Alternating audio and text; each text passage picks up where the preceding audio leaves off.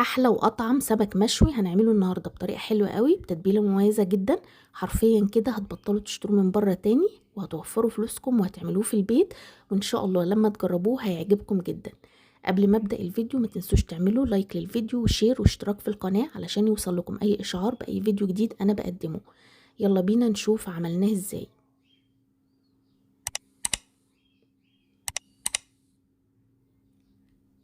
مبدئيا كده عندي هنا سمك بلطي، تقدري تعملي الطريقة دي لأي نوع سمك بتفضليه.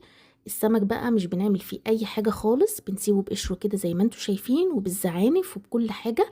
كل اللي بنعمله اللي احنا بنفتح بطنه وبنتخلص من الأمعاء اللي جوه وبنغسله كويس جدا. طبعا بنسيب قشور السمك، ودي حاجة مهمة جدا علشان اللحم بتاع السمك ما يتحرقش أثناء الشوي. مهم جدا وانت بتختاري السمك لازم يكون السمك طازة وفريش، وده بيبان على شكل السمكية من بره. يعني هتلاقي العين بتاعة السمكة واسعة وبتلمع. كمان لازم القشر كله متواجد عليها وما يكونش القشر متقشر من على الجلد. كمان لازم يكون ريحته حلوة. حاجة كمان لما ادوس على السمكية صوابعي ما تغرسي جواها. شايفين متماسكة ازاي؟ وده دليل ان السمكية طازة وفريش.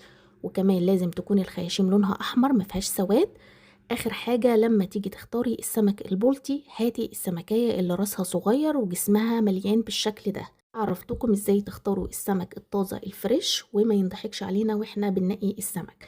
علشان اجهز التتبيلة هجيب الكبة بتاعتي، وهجيب بصلتين صغيرين هقطعهم بالشكل ده، قرن فلفل حامي، وكمان قرن فلفل احمر رومي، وكمان قرن فلفل اخضر رومي، راس توم متقشرة، وعندي خضرة عبارة عن عودين من الكرفس والبقدونس والشبت والكزبرة. هضيف كمان عصير ليمونتين، وطبعا الليمون اهم حاجة في التتبيلة، بيدي طعم حلو جدا، وكمان السمك بيحب الليمون، فعلشان كده انا ضفت ليمونتين اتنين. بعد ما عصرت الليمون هنيجي بقى للتوابل. هضيف معلقة صغيرة من الفلفل الاسود والكمون والكزبرة الناشفة ومعلقة كبيرة من الملح، وهفرم كل الخضار ده كويس في الكبة، بس مش هفرمهم قوي، بتبقى معايا بالشكل ده زي ما انتوا شايفين كده. ما فرمتوش قوي، يا دوبك خبطتين بس بالكبة. هاخد بقى معلقتين كبار كده من التتبيلة دي على جنب، هقول لكم هنعمل بيها ايه دلوقتي. هجيب بقى السمك واحشيه كويس بالتتبيلة الحلوة دي. عايزة اقول لكم ريحتها تحفة، عايزة تتاكل لوحدها كده. هحشي السمك بالشكل ده. بالنسبة بقى للناس اللي بتشتكي ان السمك ريحته زفرة، هاتي معلقة من الطحينة وادعكي بيها السمك من بره ومن جوه. بعد كده اغسليه كويس جدا ورشي عليه ليمون، مش هتلاقي ريحة زفارة نهائي وهتدعيلي والله. هتبل السمك بقى كله بالشكل ده، وبعد ما اتبله هسيبه في التتبيله دي لمده ساعتين قبل ما اشويه. طبعا بيخلي طعم السمكية حلو قوي كل ما تسيبيه في التتبيله اكتر. بعد كده هنعمل تشريبة السمك. هجيب بقى المعلقتين اللي احنا اخدناهم من التتبيله، ومعلقه توم كبيره مفروم، معلقه صغيره من الكمون، ومعلقه صغيره من الكزبره الناشفه، معلقه صغيره من الفلفل الاسود، وكمان معلقه صغيره من البابريكا. اخر حاجه نص معلقه صغيره من الشطه، ودي اختياري حسب الرغبه. هضيف كمان كوبايتين كبار من الميه، وهظبط الملح، وكمان ضفت عصير ليمونتين واربع معالق كبار من الخل، بس الخطوه دي للاسف ما اتصورتش. هقلب بقى كل المكونات مع بعض. بعد لما السمك بقى اتبل لمدة ساعتين هجيب كوبايتين من الردة الناعمة، وطبعا احنا عارفين كلنا اللي هي بتتباع عند العطار.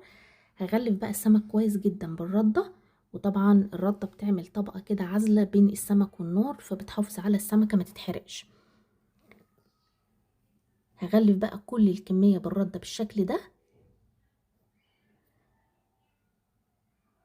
واتأكد ان السمكة اتغلفت كويس بالردة علشان ما تتحرقش.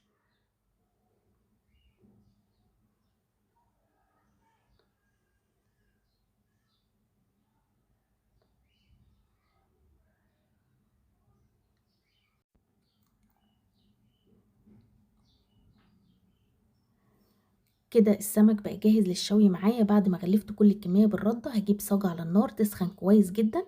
بعد ما الصاجة سخنت ههدي النار، هخليها متوسطة علشان السمك يستوي كويس ومتحرقش معانا، وهنزل بكل كمية السمك.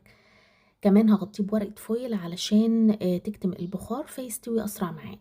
بعد 10 دقايق كده لما احس ان هو اخد لون من تحت هقلبه على الناحية التانية بالشكل ده.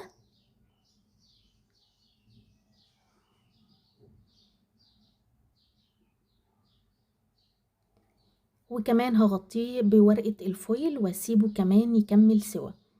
كده السمك اتشوى معايا، بشيله من على النار، بحطه في التشريبة او الدقة وهو سخن كده لمدة دقيقتين علشان يشرب منها ويبقى طعمه حلو.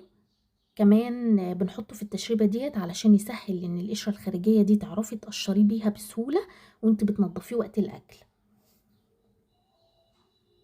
فهحطه كده في التتبيلة من ناحيتين كده.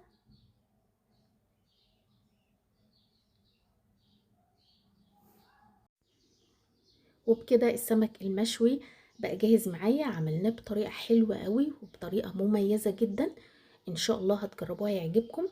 شايفين شكله حلو قوي وبيتقشر معانا بسهولة واللحم مستوي جدا. عملنا جنبه شوية رز بالكركم، طعمهم تحفة. حلو قوي يا جماعة، جربوها يعجبكم قوي والله العظيم. هتبطلوا تشتروه من بره. شايفين السمكة بتتقشر بكل سهولة ولحمها دايب. ان شاء الله هتجربوه يعجبكم. ما تنسوش في اللايك والشير وسبسكرايب في القناة. اشوفكم على خير.